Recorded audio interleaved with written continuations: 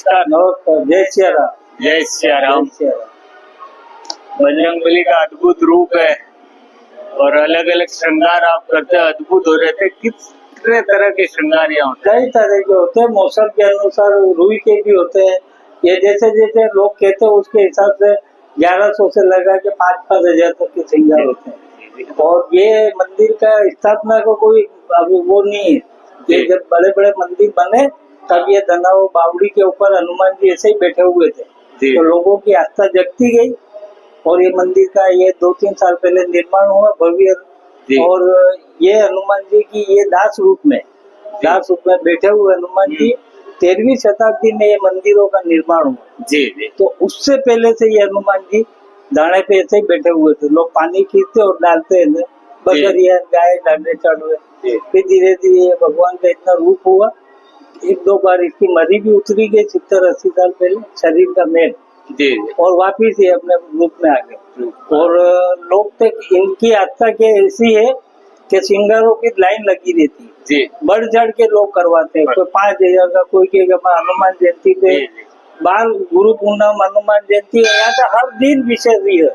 चाहे कोई प्रोग्राम हो या नहीं हो, फिर भी हनुमान जी का श्रृंगार तो होता ही रहता है। जी। तो पंडित जी 13वीं शताब्दी से पहले के मंदिर है सारे। 13वीं शताब्दी में जब बांसवाड़ा में पहले क्या था कि आदिवासी का राज था, बादशाह भील का, तो वहाँ से फिर राजपूत ने उस चीज को फतेह किया, युद्ध करके, और फिर यहाँ बांसवाड़ा के मध्य में महल बना और महल के बाद मंदिरों का निर्माण हुआ। 7 मंदिर मुख्य है, जिसमें मंदिर महल के बाहर एक मुख्य मंदिर है, वहां से लगा के फिर लक्ष्मी नारायण, केशव राय, रूप राय, टिकम राय, रणछोड़ राय, कल्याण राय, इन 7 मंदिरों का। जी। ये राय सारे के राय इसलिए उपाधि।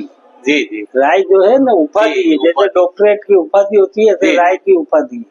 तो इनको राय स्वरूप 2 है, कृष्ण राधा विष्णु लक्ष्मी। एक हाथ में गदा है विष्णु भगवान की, एक हाथ में कृष्ण भगवान का चक्र है। पर इनका नामकरण टीकम राय, रणछोड़ राय, कल्याण राय ऐसे हुए, उपनाम है। और यहाँ पर क्या जन्माष्टमी, रामनवमी, विष्णु के अवतार जितने भी है वो सब प्रोग्राम इनमें मनाए जाते हैं। तो 11 के दिन विशेष लोग आते हैं दर्शन करने के लिए, और इनमें यहाँ जन्माष्टमी, रामनवमी, गीता जयंती सब मनाई जाती है। अब इन मंदिरों में क्या है कि कोई सरकार का वो है नहीं बहुत, ये लोग जितना हो सके उतना कर रहे हैं।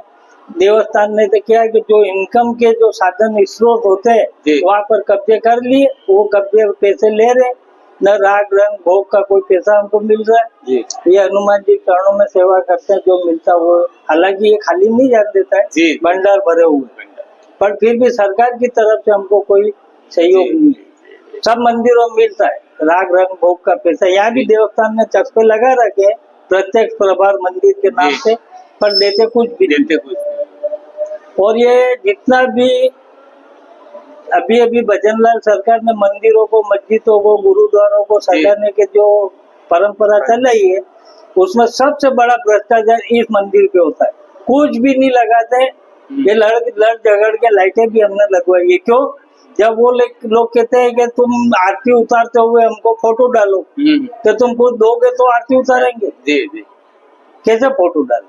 तब लड़ झगड़ के लाइटें लगा देते हैं। पर वो जैसे इनका इस मंदिर का, ऊपर वाले मंदिर का 50,000 का बजट आता है हर त्योहार पे, तो वो 25,000 15,000 की खर्चा नहीं करते और बजट सब ले। तो ये बातें फिर ऑफिस वाले ही आके कहते हैं कि इतना बजट आया था। तो मतलब भगवान के नाम पे ये धनावा जो धन प्लस आओ, ये बावड़ी है। धनाराम जी मेहन जी ने अपने आप का, बावड़िया तो बहुत खुदाई है, पर वो बावड़ी के अंदर गंगा को प्रकट किया कि जब वो चीज तुम हरिद्वार में जाके कर दो, वो काम तुम यहाँ करना। तो ये जो भी हरिद्वार में 4 धाम की यात्रा करके आता है ना, फिर गंगो जी इस बावड़ी से पूरा न्यू हुआ तो फिर अधूरा मान जाए। तो ये गंगा माता की बावड़ी का निर्माण उस दरबार के टाइम में ही हुआ है। और ये धनाराम जी मेहन के नाम से तो वो बात बढ़ते बढ़ते धन प्लस आओ धनावा ये नाम पड़ा। ये नाम हुआ तो फिर धनावा हनुमान जी नाम हो गया। इसलिए ये हनुमान जी धाना पे बैठे थे। चमत्कारिक मूर्ति है, कोई भी खाली हाथ नहीं जाता है। जो भी हाथ लेके आता है वो अपनी मन्नत जी पंडित जी, मतलब आपका शुभ नाम क्या? दिनेश चंद्र वैष्णव। दिनेश जी, कब से आप कर रहे हो? ये मैं 79 से बचपन में था जी। और मेरी सर्विस थी मयूर एक्सक्लूसिव डिपार्टमेंट में था, जी। कंप्यूटर 91 में चला था। हाँ, मगर क्या कि हनुमान जी को जैसा सुबह 5 बजे जाता, जनरल ड्यूटी मेरी 5 बजे जाता, शाम की 6 बज जाती, 7 बज जाती। कभी कभी पीछे वाला ड्यूटी पे नहीं आता तो वो टाइम लगाना पड़ता। जी। तो फिर वो जब 89 में जो राम जन्मभूमि का आंदोलन हुआ, उस आंदोलन में क्या हुआ कि मैं अंधेरे अंधेरे में हनुमान जी की सेवा करके गया। और यह फैक्ट्री के मालिक जो जोजनोवाल करके हैं, जी। उन्होंने मेरे को देखा है, सिंदूर में ऐसे कपड़े हो रहे थे, तो उनको प्रेजेंट ड्यूटी थी मैं 26 जनवरी 91 को। तो उन्होंने कहा कि आप एक काम करो, या तो मंदिर चुनो या, क्योंकि हम सब कट्टर कांग्रेस थे, हमारे मंदिर के सिंदूर ने, ये उस टाइम में तो एक बहुत चल रहा था, वो सिंदूर लगाना वो बहुत बड़ी बात होती। या बांसवाड़े में भी रात तलाव मैंने उधर मंदिरों को खंडित किया, तो उस टाइम में फिर ये मंदिर खुला पड़ा रहता। फिर मैंने ना कहा कि वह कोई बात नहीं, आपके फैक्ट्री संभालो। मैंने रिजाइन भी नहीं दिया, प्रेजेंट ड्यूटी पे मैं आ गया मंदिर पे। और तब से आज तक मैं फिर 91 में शादी की और घर गृहस्थी मेरी दो लड़के थे। 91 तो हनुमान जी तो बाल ब्रह्मचारी का रूप माना जाता बाल था। ब्रह्म वैष्णव तो क्या है बाबूजी, वो वैष्णव लोग तो गृहस्थी होते हुए इनकी सेवा करते हैं।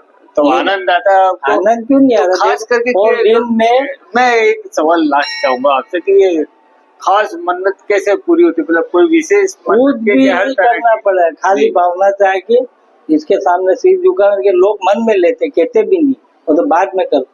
जी। इतना भी अभी ये ऊपर मंदिर का जो गैलरी बनी वो 1 लाख रुपए की हो जी। गई। तो शुरुआत खाली 58,000 से हुई थी, लाख रुपए भी इकट्ठा हो गया।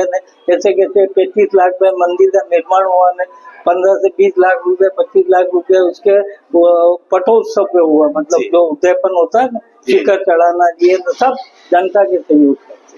तो ये दिनेश जी वैष्णव साहब एक तरह से कह सकते हैं कंप्यूटर बाबा, क्योंकि उस जमाने में कंप्यूटर जब आया ही है हाँ, शुरू जब किया, मैंने चला है। बजरंगबली की अपूर्व कृपा है। तो दोस्तों यही मंदिर है, यही बावड़ी, और साथ में इतने सारे राय है, सब तो इससे चमत्कार पवित्र स्थल दूसरा हो नहीं सकता। आप भी आइए, हनुमान जी के दर्शन करिए और अपनी मनोकामनाएं पूर्ण करिए। जय श्री राम। जय श्री राम।